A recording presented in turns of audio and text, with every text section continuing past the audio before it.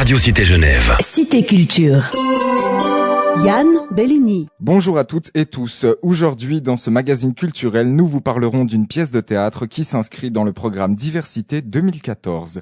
Il s'agit là de l'un des événements proposés par le théâtre Saint-Gervais, un autre rendez-vous dans cette même structure, la pièce de Latifa Djerbi et Jacques Lifshine, nommée L'improbable est possible, j'en suis la preuve vivante, qui se produit au théâtre Saint-Gervais jusqu'au 18 octobre. Il s'agit là d'une pièce où Latifa Djerbi se retrouve seule sur scène pour nous proposer véritablement une intervention, une performance proche du stand-up qui rompt quelques codes avec un jeu décalé qui inclut le public dans le spectacle ainsi qu'avec quelques slams. En guise de fil rouge, Latifa Djerbi nous démontre en 14 équations sa condition de femme, de mère, d'amante et de comédienne. C'est un théâtre extrêmement sincère auquel vous êtes conviés. La comédienne se présente d'ailleurs comme il suit: je n'ai pas l'air comme ça, mais j'ai fait des études, j'ai une maîtrise de maths et je suis comédienne. C'est déjà pas mal improbable, une comédienne avec une maîtrise de maths. La probabilité exacte pour qu'une diplômée en mathématiques devienne comédienne professionnelle est de 0,0000001%, soit quasi nul. Je suis ce qu'on appelle en langage scientifique une mesure d'exception. Latifa Djerbi, une mesure d'exception, son spectacle est en tout cas l'occasion d'une rencontre. Partons donc à cette rencontre, si vous le voulez bien, avec Latifa Djerbi suite à la première représentation de son spectacle L'improbable est possible, j'en suis la preuve vivante, le mardi 30 septembre au théâtre Saint-Gervais. Elle nous explique brièvement dans un premier temps le choix de ce titre. C'est un titre pour moi qui raconte que tout est possible dans la vie et j'aime bien cette idée que on essaye de nous mettre dans des cases et que c'est une illusion. Vous parlez dans ce spectacle de votre vécu, de votre expérience ici en Suisse aussi, en tant que femme tunisienne, en tant que comédienne, etc. C'est important pour vous d'amener aussi face au public cette expérience, ce vécu, c'est plus parlant pour faire de l'humour? C'est pas forcément de l'humour que je cherche à faire, c'est parti vraiment d'autre chose, c'est parti d'une rencontre déjà avec un homme que j'aime beaucoup qui s'appelle Jacques Lifshine. Et l'idée c'était plutôt de partir sur l'intime aujourd'hui et sa capacité à être subversif, parce qu'on nous fait des grandes théories et puis en fait quand quelqu'un parle de soi on dit mais ça m'intéresse pas ou t'es égocentré ou...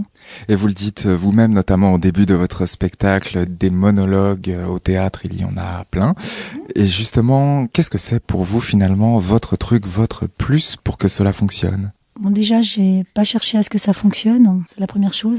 La deuxième chose, c'est vrai que j'avais envie de travailler avec Jacques Lifshine, comme j'ai dit. Que lui, au départ, il m'a dit qu'il aimait pas les monologues. Il a sa propre compagnie avec Hervé Delafont, le Théâtre de l'Unité. C'est la rencontre, en fait, qui a suscité ça. Et pour moi, c'est pas vraiment un monologue, en fait. C'est plutôt un dialogue avec lui. En fait, il y a une dialectique vraiment forte entre son point de vue du théâtre et puis le mien, et puis des allers-retours comme ça, aussi dans l'écriture. Il y a des thèmes que vous déclinez, notamment rapport à la famille, à la religion, à beaucoup de choses.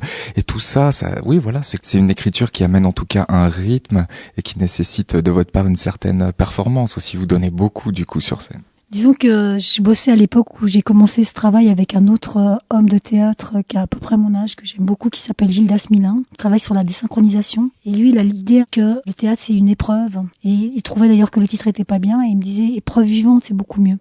Donc c'est aussi pour ça qu'il y a le mot épreuve. Donc c'est aussi de cet ordre-là, de l'ordre d'un investissement et d'un engagement du comédien, quoi, sur scène.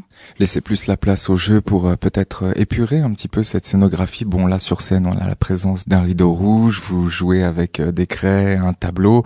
C'est mettre la force du jeu en avant. Ça se joue avec un plein feu, sans lumière. Effectivement, c'est l'acteur au centre, parce que c'est ce qui me parle à moi, en fait. J'aime beaucoup aussi les spectacles, quand je vais voir des spectacles un peu où il y a une esthétique et tout. Mais là, c'est vrai que je me dis, l'acteur qui est là, c'est beau aussi. Sans phare, sans, nu. Un peu c'est une forme de mise à nu aussi. Et ça raconte ça, le fait qu'il y ait peu de choses, et puis que ça soit juste une face, qu'on pourrait jouer presque avec les néons ou les lumières de la maison. Donc voilà, c'est ça que je voulais amener, une forme de simplicité aussi. Qu'il n'y ait pas de frontière entre la scène et puis le public, quoi. Et oui, comme on avait commencé à le dire, du coup, pas de quatrième mur, le public est même largement sollicité.